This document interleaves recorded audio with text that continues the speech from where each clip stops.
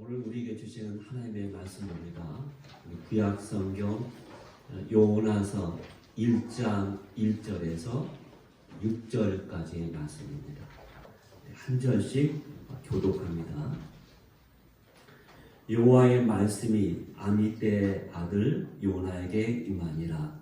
이르시되 너는 일어나 저 큰 성 니느웨에 와서 그것을 향하여 외치라. 그가 우리 내 앞에 상달되었습니다 하시니라. 그러나 요나가 여호와의 말씀을 피하려고 일어나 다시스로 도망하려 하여 욥바로 내려갔더니 마침 다시스로 가는 배를 만난지라. 여호와의 얼굴을 피하여 그리고 함께 다시스로 가려고 뱃삿을 주고 배에 올랐더라. 여호와께서 큰 바람을 바다 위에 내리시매 바다 가운데 큰 폭풍이 일어나 해가 거의 해제에 되는지라. 사공들이 두려워하여 각각 자기의 신을 부르고 또 배를 가볍게 하려고 그 가운데 물건들을 바다에 던지니라.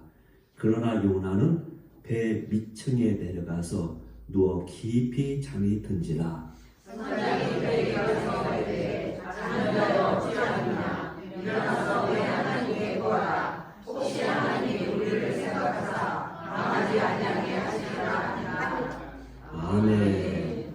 아마 이 중에도 많은 분들이 숨바꼭질 놀이를 다 했을 겁니다. 술래 한 명 정해놓고 모든 친구들이 카운터 할 때까지 다 숨는 거죠. 그러면 이 술래가 찾을 수 없는 은밀한 곳에 딱 몰래 숨어서 그 아찔한 순간, 그런 순간을 즐기면서 숨어 있을 때도 있고, 또 어떨 때는 술래가 딱 되면은 그렇게 꽁꽁 숨어 있는 친구들을 찾아다니는 그런 즐거운 아주 재미있는 놀이가 숨바꼭질이라는 놀이입니다. 그러나 이것이 하나의 놀이가 아니라 실제로 우리가 살고 있는 현실에서 숨고 찾아다니는 이 일이 하나의 놀이가 아니라 우리의 현실로 우리 삶 가운데 나타난다고 하면 얼마나 괴롭겠습니까? 얼마나 힘들겠어요? 내가 계속 찾고 찾아도 찾을 수 없고 숨어도 계속 숨어도 숨을 수 없이 다시 드러나고야만은 그런 일들이 우리의 삶 가운데 일어나게 된다면 참 힘들 것입니다. 재미있는 놀이가 아니라 아마 힘든 고통스러운 하나의 그런 시간들이 지나가게 될 것입니다. 요나서는 4장이라는 짧은 내용이지만은 오늘 말씀 보면은 도망가고 찾아가는 그 애절함과 절박함이 서로 교차되고 있는 그런 말씀이 요나서의 내용입니다. 다시 말해서 도망가는 요나, 한없이 오늘 말씀에도 나오지만 하나님의 얼굴을 피하여서 도망가고 또 도망가는 요나, 또 그런 도망가고 있는 요나를 찾아가고 또 찾아가고 추적하는 하나님의 모습, 그 이야기가 바로 오늘 요나서의 전체의 이야기라고 할 수가 있습니다. 그런데 이것은 가만히 생각해 보면 이 이야기가 바로 하나의 한 사람의 요나의 이야기가 아니라 저와 여러분의 이야기라는 것을 쉽게 알아차릴 수가 있을 것입니다. 오늘 이 요나가 등장하는 이 감동의 드라마는 이렇게 시작됩니다. 요나서 1장 1절에서 2절 전반절까지 한번 볼까요? 어떻게 시작하는지 다 같이 한번 읽습니다. 여호와의 말씀이 아미떼의 아들 요나에게 임하니라. 이르시되 너는 일어나 저 큰 성 니느웨에 가서 돛을 쳐서 외치라. 여호와의 말씀이 요나에게 임한지라 라고 하고 있습니다. 하나님은 우리에게 찾아오시는데 뭘로? 말씀으로 찾아오십니다. 말씀. 그것도 한 사람, 요나라는 사람을 지목해서 구체적으로 우리 역사 가운데, 우리의 삶 가운데 살아가고 있는 그 한 사람을 딱 지목해서 그에게 말씀으로 찾아오시는 하나님을 우리가 만나볼 수가 있죠. 여러분, 물이 넘쳐나는 홍수 때 제일 귀하고 필요한 것이 무엇인지 아십니까? 그것은 바로 우리가 마실 물입니다. 물. 사방한데 물이 넘쳐나요. 물이 너무나 많아서 막 넘쳐나는데 정작 사람들이 마실 물이 없어서 고통스러워하는 거예요. 우리가 살고 있는 이 시대에는 행복하게도 하나님의 말씀을 너무나도 쉽게 구할 수가 있는 시대에 살고 있습니다. 이렇게 책으로 누구나 다 쉽게 우리 접할 수가 있는 것이죠. 또 인터넷을 통해서 수많은 말씀들, 많은 예배라든지 목사님들이 설교하는 그 말씀들을 들을 수가 있어요. 그렇게 많은 말씀들을 듣고 있는데 그러나 정작 나에게 말씀하시는 그 세미한 하나님의 말씀을 내가 들을 수 없다면 그게 무슨 소용이 있겠습니까? 다시 말해서 나와 상관없는 기록된 이 노고스의 말씀으로 하나의 문서로 하나의 책으로 그냥 하나님의 말씀이 끝나버린다면 나에게 무슨 소용이 있겠습니까?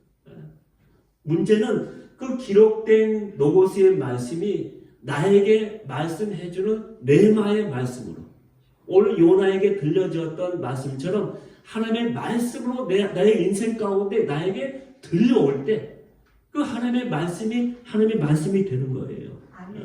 그런데 그렇지 못한 사람들이 너무 많다는 거예요.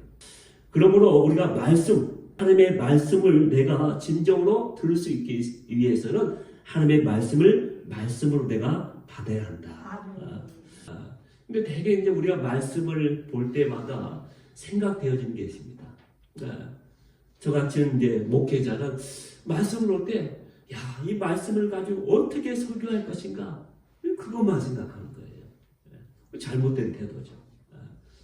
또 여러분들은 가만히 앉아있는 여러분들은 하나님의 말씀을 들을 때, 또 설교를 들을 때, 저 말씀은 정말 우리 교회 저 김권사님이 꼭 드려야 할 말씀인데, 왜 하필 오늘 빠졌다? 오늘 왜 빠졌지? 아쉬워하는 거예요. 또 어떨 때는, 이 말씀은 내 남편이 드려야 하는데, 내 아내가 듣고 좀 변해야 하는데, 왜? 하면서 이제 서로가 자꾸 나와 상관이 없는 말씀처럼 그 생각한다는 거예요. 아무리 내가 말씀을 많이 듣고 읽어도 그 사람한테는 더 이상 사랑 운동력이 있는 말씀이 될 수가 없는 것이죠. 그러므로 우리가 주목할 것은 이렇게 하나님의 말씀을 내가 임할 때 비로소 우리의 인생이 거기서부터 시작된다는 것입니다. 하나님 말씀부터 출발해. 내가 하나님 앞에 쓰임받는 인생으로 살기 위해서는 하나님의 말씀부터 시작해서 내가 내 인생이 출발해야 우리 인생의 그 답이, 우리의 인생의 집이 잘 건축되어지고 반석 위에 세워져서 무너지지 않는 인생이 될 수 있다고 우리에게 말씀해주고 있는 것이죠. 하나님은 천지 창조를 하실 때도 물론 말씀으로 시작하셨어요.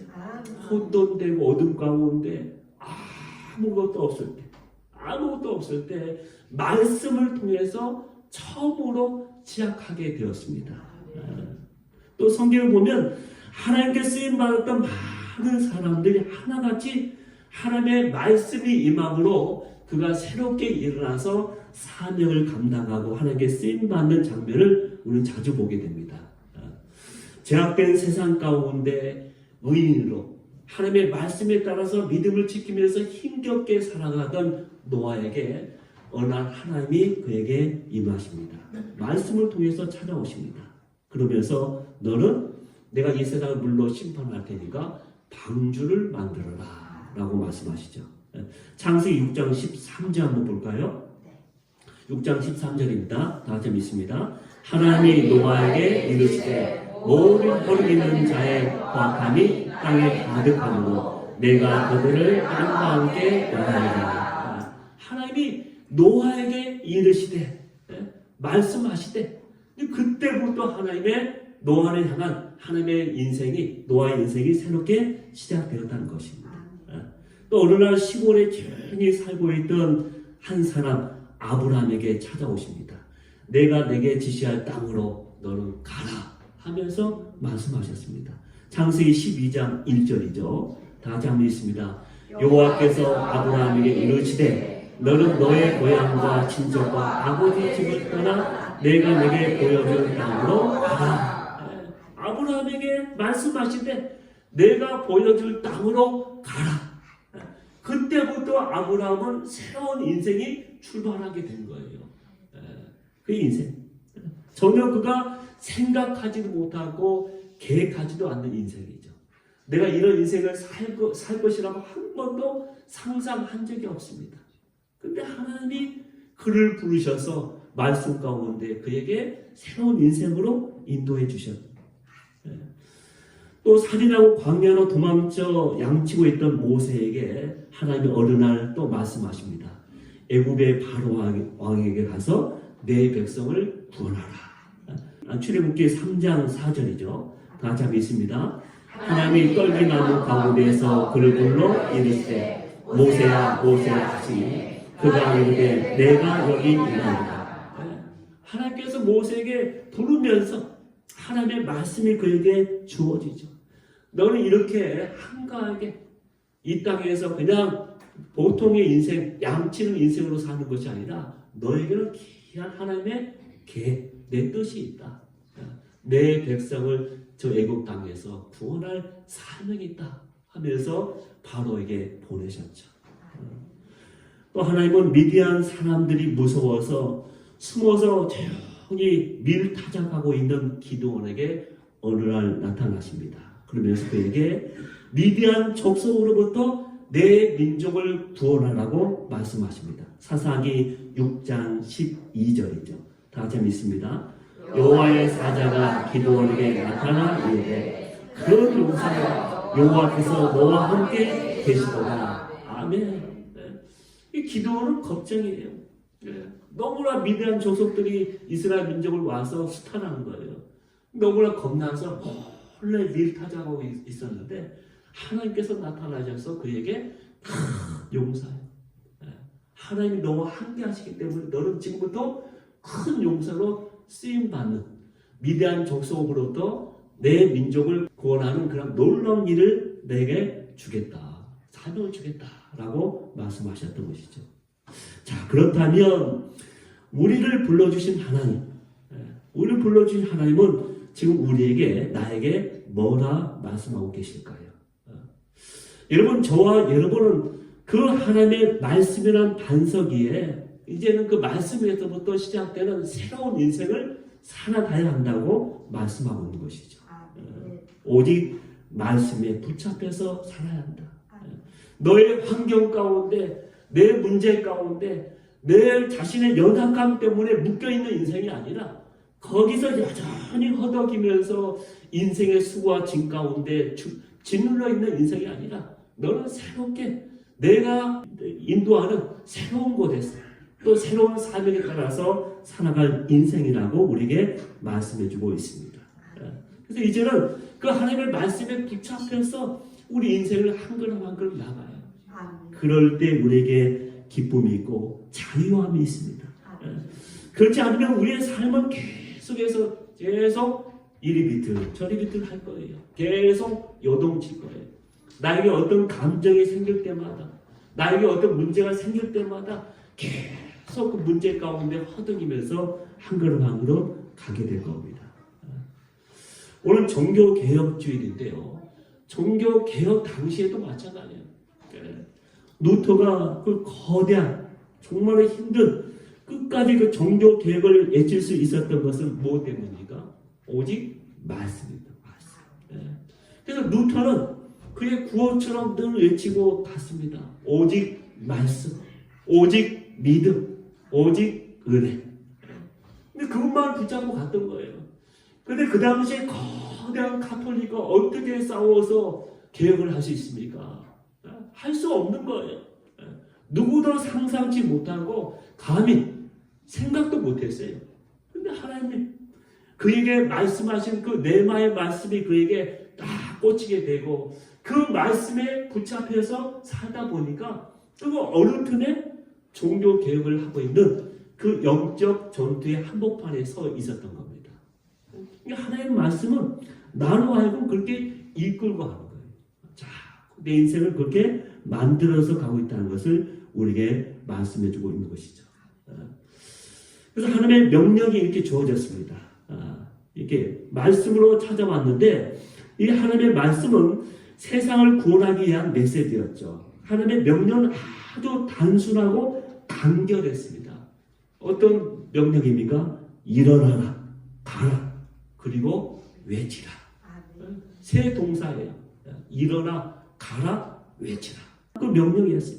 근데 문제는 이 하나님의 메시지가 요나의 마음에 들지 않는 거예요. 이 하나님의 말씀이 요나의 생각과 지금까지 살아온 내 인생과 내 모든 경험과 정반대되는 너무나도 얼토당토한 일이었습니다.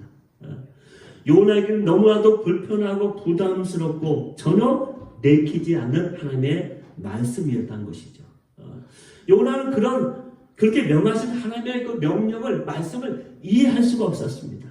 생각할수록 가기가 싫었고 화가 났습니다. 하나님, 내가 왜 저 적국, 우리 민족의 원수인 저 니느웨에 가서 내가 이 회개의 메시지, 하나님 말씀을 전해야 합니까? 또 저들이 그렇게 회개해서 구원받게 되면 어떻게 되는 겁니까? 저들은 우리의 원수인데 우리 민족을 계속 괴롭히고 지금까지 힘들게 했던 민족인데 어떻게 하나님 그렇게 말씀하실 수 있습니까? 라는 거예요. 이해할 수가 없었던 거죠. 생각하면 생각할수록 가기도 싫었고 그래서 요나의 마음속에 분노가 일어난 거예요. 이거 도저히 의로운 나로서는 하나님의 말씀은 내가 받을 수가 없다 하면서 거부한 것이죠. 근데 또 하나님의 말씀은 우리를 불편하게 만들어요. 좀 내 생활에, 내 삶 가운데 좀 이렇게 잘 하나님 맞춰가서 나에게 힘이 되고 나에게 뭔가 좀 특별한 것으로 더 덤으로 이렇게 얹혀지면 좋겠는데 자꾸 하나님 그 말씀이 나를 불편하게 만들 때가 있어요. 때때로 내가 포기해야 하고 때때로 내가 그 길을 다 놓아야 하고 또 그 길을 내가 그 모든 것을 버려서 또 버리고 딴 길로 가야 하고 그렇게 불편할 때가 있어요. 여러분, 이스라엘 백성들이 이제 광야를 다 지난 다음에 가나안 땅에 이제 앞두고서 전투를 하게 되죠. 그 첫 번째 전투가 무슨 전투입니까? 여리고성 전투잖아요. 드디어 하나님이 약속하신 그 가나안 땅, 그곳에서 첫 번째 제일 튼튼하고 제일 높은 성, 그 요새 여리고성을 이제 정복해야만 이제 가나안 땅에 하나하나 정복해 나갈 수 있는 거예요. 이게 중요한 전투죠. 근데 중요한 전투를 두고 있으니까 얼마나 긴장되면서도 기대하겠습니까? 이곳까지 인도하신 하나님이 저 여리고성은 어떻게 정복하게 하실까? 어떻게 무너뜨릴까? 근데 하나님의 명령은 단순했어요. 너희는 6일 동안 매일 몇 바퀴씩? 한 바퀴씩. 그러면 제7일째는 7바퀴 돌다가 너희가 다 같이 소리를 지르고 나팔을 불면 그 성이 무너질 것이다 라는 명령 하나밖에 없어요. 그러니까 하나님의 명령이 다 말씀이 딱 전해왔어요. 그래서 그들은 처음에는 믿음으로 이것까지 인도하신 하나님인데 하면서 매일 첫째 날 여리고성을 한 바퀴 쭉 돕니다. 침묵하면서 모두가 침묵하라고 했으니까 한 말도 하지 않고 쭉 돕니다. 한 바퀴를 도니까 갑자기 저 여리고성 한쪽에서 금이 가기 시작했습니다. 그렇게 성경에 나와 있습니까? 네. 아무런 변화도 없었어요. 네. 이상하다. 분명히 이렇게 하면 뭔가 우리가 이렇게 돌았으니까 하나님 말씀에 순종했으니까 뭔가 변화가 있어야 할 텐데 뭔가 무너지는 하나님이 저기에 뭔가 저 싸움 가운데 우리와 함께 하신다는 뭔가 사인이 주어져야 하는데 전혀. 그래서 그 다음날 또 한 침묵하며 또 들어옵니다. 그러면서 몇 바퀴, 6일 동안.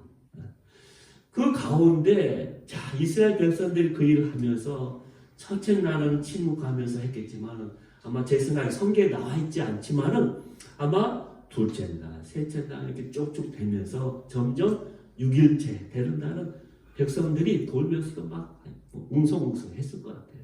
혼자만 옆에 있는 사람들과 막 중얼거리고 막 했을 것 같아요. 야, 이게 뭐야? 이게 전쟁이야.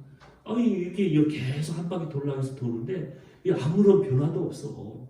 이 맞기는 맞아? 응? 우리 내일도 이렇게 돌아야 하나? 하면서 막 했을 거예요. 네, 그렇죠. 그 과정이 참 힘든 거예요. 그러니까 하나님의 말씀에 따라서 우리가 순종하며 그 길을 간다는 게 어려운 거예요. 우리는 말씀에 순종하면 되지. 단순한 것 같죠. 그런데 여러분, 이스라엘 백성들이 돌아왔던 6일을 생각해야 합니다.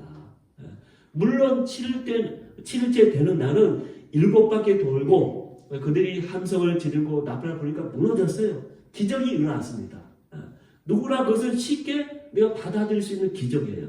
근데 문제는 그 6일 동안 하는 우리의 믿음이 없어요. 우리의 행함이 없습니다. 그 말씀에 순종이 없습니다. 우리 6일 동안의 백성들이 본 것을 생각지 않고 자꾸 우리는 7일째 하나님 나에게 기적을 달라는 거예요. 하나님 나에게 보여달라는 거예요. 내가 말씀에 순종하는 일은 없고 그냥 거저 열매만 먹으려고 하는 우리의 모습이 있습니다. 우리 신앙생활 너무나 쉽게 하려는 그런 생각들이 있어요. 내가 좀 하는 이 정도 하면은 하나님께 나에게 이제 도와주시고 나를 인정해 주시고 내 공로를 다 그래서 이제 칭찬하면서 나에게 뭔가 기적 같은 일이 일어나길. 다 누구나 그 떡만 먹길 그냥 입 벌리고 있는 거예요. 근데 여러분, 중요한 것은 이스라엘 백성들이 그 말씀에 따라서 순종하며 침묵하면서 6일 동안 돌았다는 그 사실을 분명히 기억해야 합니다. 그럴 때 7일째의 기적이 일어난 거예요. 하나님의 기적은 물론 쉽게 우리에게 주어질 때도 있지만 어떨 때는 이렇게 우리가 인내하며 정말 우리 애쓰고 또 하나님 앞에 몸부림치면서 말씀에 생명을 걸고 그 한 걸음 한 걸음 나아갈 때 하나님께서 그 길을 우리에게 열어주시는 거예요. 그냥 너무나 쉽게 열려고 하지 마세요. 근데 오늘 너무나 많은 사람들이 그렇게 하려고 하고 있다는 거예요. 그래서 우리는 그것을 기억해야 합니다. 그래서 결국 요나는 어떻게 했습니까? 그 말씀이 마음에 들지 않으니까 3절 다 같이 한번 읽을까요? 3절 다 같이 한번 읽습니다. 그러나 요나가 여호와의 얼굴을 피하려고 다시스로 도망하여 욥바로 내려갔더니 마침 다시스로 가는 배를 만나니라. 여호와의 얼굴을 피하여 그들과 함께 다시스로 가려고 뱃사슬을 주고 배에 올랐다. 아멘. 하나님의 말씀은 요나에게 주어졌습니다. 그런데 문제는 요나는 그 말씀에 대해서 어떻게 그러나로 반응했다는 거예요. 그러나로 반응했어요. 하나님 나에게 그렇게 말씀하시지만 그러나 나는 하나님 다릅니다. 하나님 나를 모르시고 하시는 말씀이에요. 나에게 모르시고 지금 그런 말씀으로 나에게 자꾸 부담 주시고 나에게 말씀하시는데 하나님 나는 그렇게 할 수 없습니다. 여전히 자기의 고집과 경험과 자기의 편견, 자기의 모든 생각을 고집하고 있는 요나의 모습을 우리가 보게 되는 것이죠. 불편하고 부담스러운 하나님의 말씀을 무시하기로 결정한 것이죠. 그래서 그는 하나님으로부터 도망치기 시작합니다. 이 선지자였던 요나가 하루아침에 여호와의 얼굴을 피하여 도망가는 도망자가 됐습니다. 선지자가 도망자가 된 거예요. 하나님께 더 가까이 가야 할, 그래서 하나님께 더 쓰임받아야 할 이 선지자가 오히려 도망자, 그 삶의 길을 떠났던 것입니다. 우리도 마찬가지죠. 우리도 주의 말씀을 받고 나서 그대로 아멘 하고 순종하면 좋을 텐데 좀 그 길이 멀고 좀 좁고 험한 길이라도 한 걸음 한 걸음 인내하며 가면 좋겠는데 또 우리는 그러나로 반응할 때가 많죠. 요나는 다시스로 도망가기 위해 니느웨와 정반대인 욥바로 내려가죠. 그런데 마침 다시스로 떠나는 배가 기다리고 있는 겁니다. 이때 요나는 무슨 생각했을까요? 우리가 자주 그런 것처럼 마침 일이 잘 풀리니까 다 잘 될 거야. 괜찮을 거야. 내가 이렇게 가도 봐. 이 일이 이렇게 잘 진행되는데 내 길로 내가 원하는 그 길로 돌아서 가면 되지 라고 생각했을 겁니다. 이때 요나는 그렇게 생각하면서 아마 기분 좋아하면서 갔을 거예요. 그래서 이것이 바로 우리로 하여금 망하게 하는 가장 큰 함정이라는 것을 우리는 기억해야겠죠. 하나님을 거역하면 바로 하나님께서 치시면, 그렇죠? 나를 치시면 내가 분명 바로 깨닫고 돌아올 텐데 하나님 그렇게 하지 않아요. 하나님 하지 않아요. 근데 우리는 쉽게 그런 일에 내가 쉽게 그 모든 것을 받아들인다는 거예요. 내가 하나님을 떠나도 내 인생에 전혀 문제가 없습니다. 내가 하나님의 말씀을 불순종해도 나에게 전혀 문제가 생기지 않아요. 내가 기도하지 않아도 내 삶에 아무런 지장이 없는 거예요. 그러니까 사람들은 야 이렇게 되는가 보다 하면서 그냥 막 가는 거죠. 야 그래 내가 이렇게 사는 게 옳은 거야. 바로 이것이 문제라는 것이죠.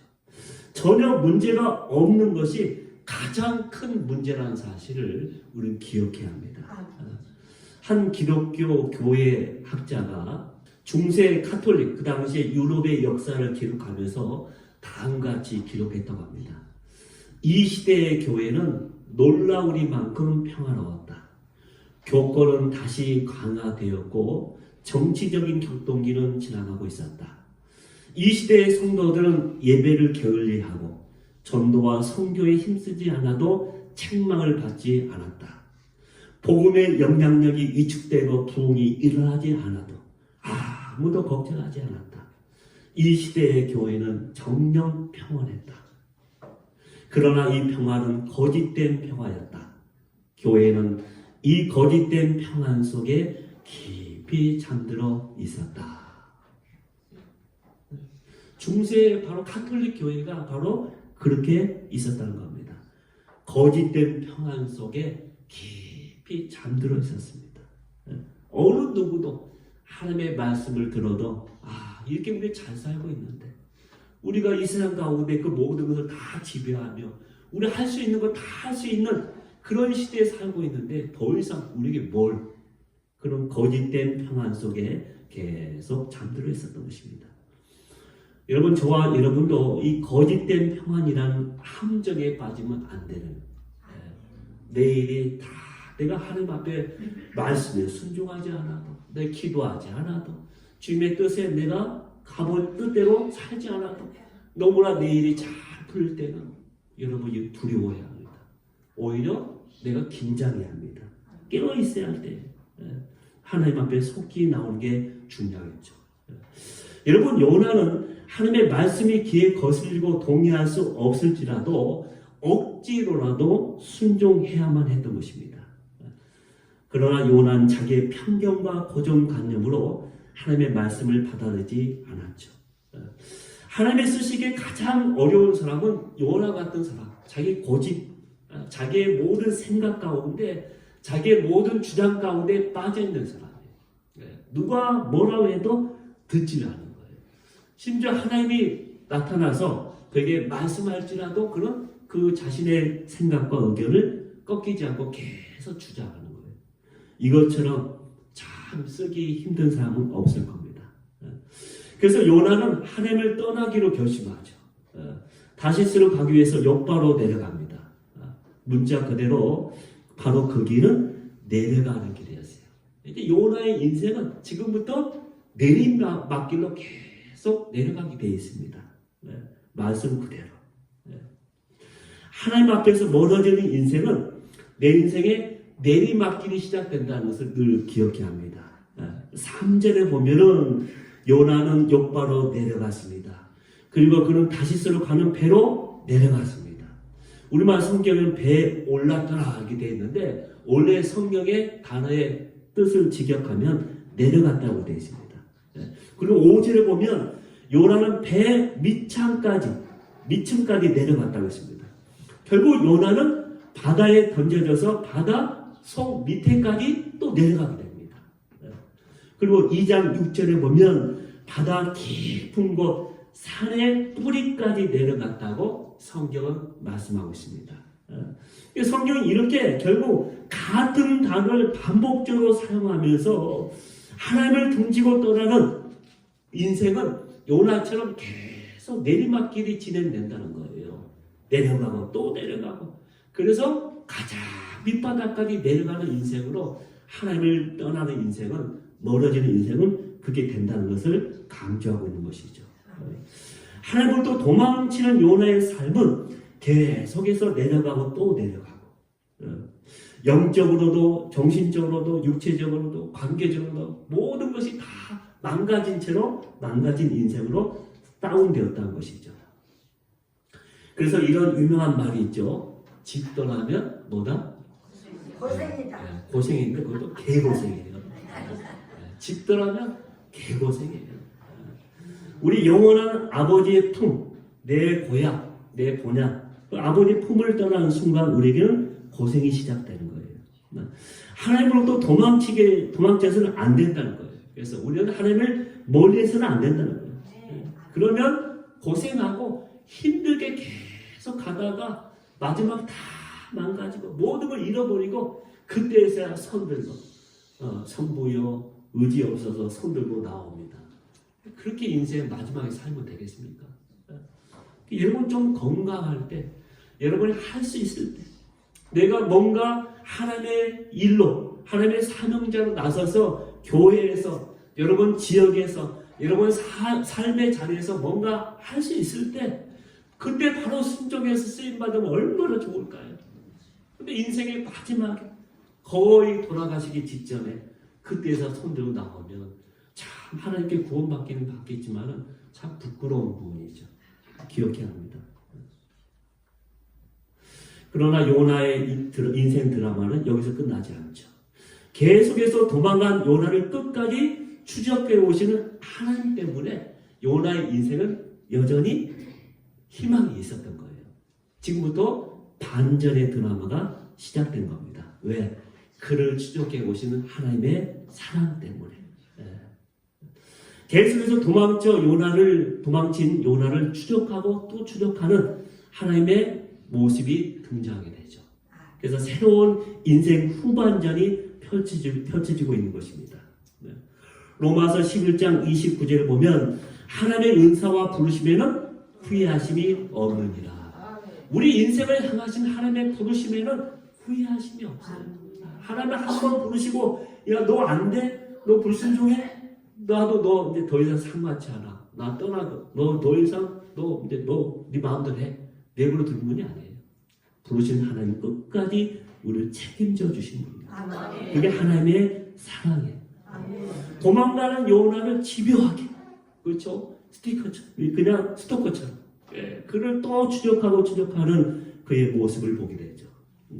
그런데 하나님은 요나를 추적하는데 온갖 것들을 다 동원해서 그를 계속 추적하고 있습니다. 하나님은 온갖 것들을 다 동원해서 아주 집요하게 끝까지 놓지를 않습니다. 그게 하나님의 우리를 향하신 사랑이에요. 큰 폭풍을 통해서 요나를 추적합니다. 1장 4절 볼까요? 여호와께서 큰 바람을 바다 위에 내리시네. 큰 폭풍을 통해서. 그러나 배 밑층에서 요나는 깊이 잠들어 있습니다. 그러자 하나님은 이번에는 배 선장을 통해서 또 찾아오십니다. 1장 6절 자는 자여 어찌하느냐 일어나서 내 하나님께 구하라. 이 불신자였던 선장이 일어나서 야 너 기도하라. 오히려 기도하는 거야. 여러분 세상이 우리를 향하여 지금 잠잘 때가 아니라고 기도할 때라고 자꾸 우리에게 외치는 거예요. 야 너희 세상이 이럴 때 너희 교회만큼이라도 좀 세상에 소망을 주고 또 하나님의 살아계심을 보여줄 수 있게 기도하라는 거예요. 기도하라고. 세 번째는 큰 물고기를 준비하셔서 또 요나에게 찾아오십니다. 그를 구원해 주십니다. 1장 17절 여호와께서 이미 큰 물고기를 예비하사 요나를 삼키게 하셨으므로 하나님은 이미 큰 물고기를 예비하셔서 또 찾아오신 거예요. 이번에 네 번째로 뜨거운 햇볕을 통해서 요나에게 햇볕을 쬐고 있는 요나를 위해서 박넝쿨을 준비해서 또 찾아오십니다. 4장 6절 하나님 여호와께서 박넝쿨을 예비하사. 박넝쿨을 통해서 또 하나님 찾아오셔요. 다섯 번째, 요나를 깨우쳐 주시기 위해서 이제는 벌레를 통해서 또 요나를 추적해 오십니다. 4장 7절 하나님이 벌레를 예비하사. 그 다음에 여섯 번째, 뜨거운 동풍을 통해서 또 찾아오십니다.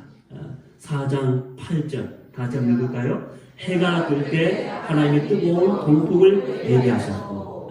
이렇게 그 하나님의 사랑은 이렇게 많은 것, 그 모든 것을 다 동원해서 요나를 추적하고, 도망가는 요나를 또 추적하고, 불평한 요나를 또 찾아오고, 힘들어하는 요나를 또 찾아오면서 그를 부르셨던 것입니다. 그러다 너무 더워서 이제는 요나 스스로 화를 냅니다. 뭐라고 합니까? 죽기를 구하면서 하나님께 막 화를 내는 거예요. 그런데 하나님이 결정적으로 이렇게 말씀합니다. 요나야, 이 박넝쿨 하나 때문에 화내는 것이 옳으냐? 내가 보냄을 받은 저 니느웨 성에는 몇만 명이 있다? 12만 명이 있다 라고 말씀하십니다. 12만 명이 있다. 여기서 우리는 생각해 봐야 할 것들이 있죠. 여러분, 요나가 이렇게까지 하나님께 불순종하고 도망치고 또 도망치고 그렇게 계속 하는데, 그럴 때마다 하나님 무엇 때문에 이렇게까지 한 번도 포기하지 않으시고 끝까지 요나를 추적하는 것일까요? 바로 하나님의 뜻, 하나님의 사명을 이루시기 위해서입니다. 하나님은 나를 부르실 때 나만이 할 수 있는 하나님의 일이 있어요. 나를 통해서만 일할 수 있는 하나님의 사명이 있습니다. 나를 통해서 하나님께서 하실 일이기 때문에 저와 여러분 한 사람 한 사람을 부르신 거예요. 나에게서 할 일을 하나님은 다른 사람에게서 찾지 않으십니다. 하나님 부르신 다음에 그 한 사람만 있는 것처럼 하나님 우리를 사랑하세요. 다른 사람 상관없어요. 정말 중요한 것은 나를 사랑하시는 그 하나님이 중요한 거죠. 하나님은 세상 가운데 너 하나만 있는 것처럼 나를 사랑하시고 내 모든 필요와 모든 것을 다 알아주시면서 나와 함께 동행하길 원하시는 것이죠. 사람 그렇게 하지 않습니다. 몇 번 이렇게 같이 일하다 보면 마음에 들지 않는다. 나를 거부한다. 그럼 끝. 또 다른 사람이 있지. 찾아갈 거예요. 그렇죠? 우리는 그렇게 쉽게 포기하고 다 단념합니다. 근데 하나님은 절대 그렇게 하지 않으세요. 그게 하나님의 사랑이에요. 그게 하나님의 사랑이에요. 사람들이 다 나를 비방하고 떠나갈지라도 하나님 말은 내 편이고 하나님 말은 내 등 뒤에서 여전히 나를 도우시고 나를 응원해 주시고 나에게 박수 쳐 주신 분이에요. 그렇기 때문에 그 하나님 때문에 우리는 살아갈 이유가 있는 거예요. 그래서 요나를 그렇게 끝까지 추적하고 또 추적했던 거예요. 또 하나 생각할 것은 하나님은 요나도 정말 그렇게 사랑하셨지만은 하나님은 요나를 통해서 니느웨 성에 있는 12만 명 그 생명을 보신 거예요. 그들을 구원할 큰 계획과 뜻이 있으셔서 요나를 부르신 거예요.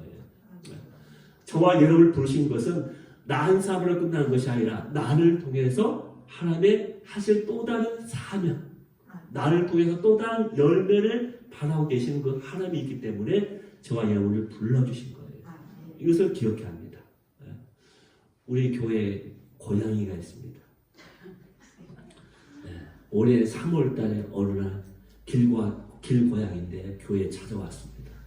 그래서 아내가 먹이를 주기 시작하니까 계속 이제 있는 거예요. 그때 새끼였는데 얼팀인가 임신해가지고 3마리 낳았습니다. 그래서 이제 한 마리는 분양가 있고 지금 2마리 있는데, 이 고양이 저 처음에 개는 좋아하지만 고양이는 정말 싫어했습니다. 왜냐하면 그 눈이 너무 무서워요. 무서워요. 저 어릴 때부터 개는 너무나 같이 자랐기 때문에 친근한데 고양이를 무서웠어요. 근데 새끼 때부터 계속 키우고 이제 하다 보니까 지금은 너무나 마음에 그냥 쏙 드는 거예요. 새벽에 문 열면 저 멀리서 그냥 고양이들 막 달려옵니다. 예. 근데 고양이에 주는 그 기쁨이 있어요. 예, 설교를 준비하다가 좀 머리가 잘 풀리지 않거나 뭐 할 때는 잠시 고양이랑 놀기도 하고 같이 이야기도 하고 막 그러는 거예요. 예. 근데 고양이 자체가 우리에게 주는 기쁨이 있어요. 저에게 주는 기쁨이 있어요. 근데 이 고양이를 키우는 이유가 또 하나 있습니다. 고양이의 사명은 뭐예요? 쥐 잡는 거예요. 근데 이 고양이가 얕보지 마세요. 예. 지금까지 쥐를 제가 기억하기는 6마리 정도 잡았습니다. 올 새벽에도 주차장 갔는데 차 옆에 쥐 한 마리를 딱 잡아놓고 보란듯이 딱 지켜보고 있는 거예요. 예. 그 다음부터 우리 교회에 쥐가 없어요. 예. 그 사명까지 잘 고양이가 감당하고 있으니까 더 귀여운 거예요. 야, 너 밥값했다. 그래서 가끔 이제 막 식당에 가서도 생선이 있으면 다 챙겨가지고 일부러 아내한테 좀 챙기라고.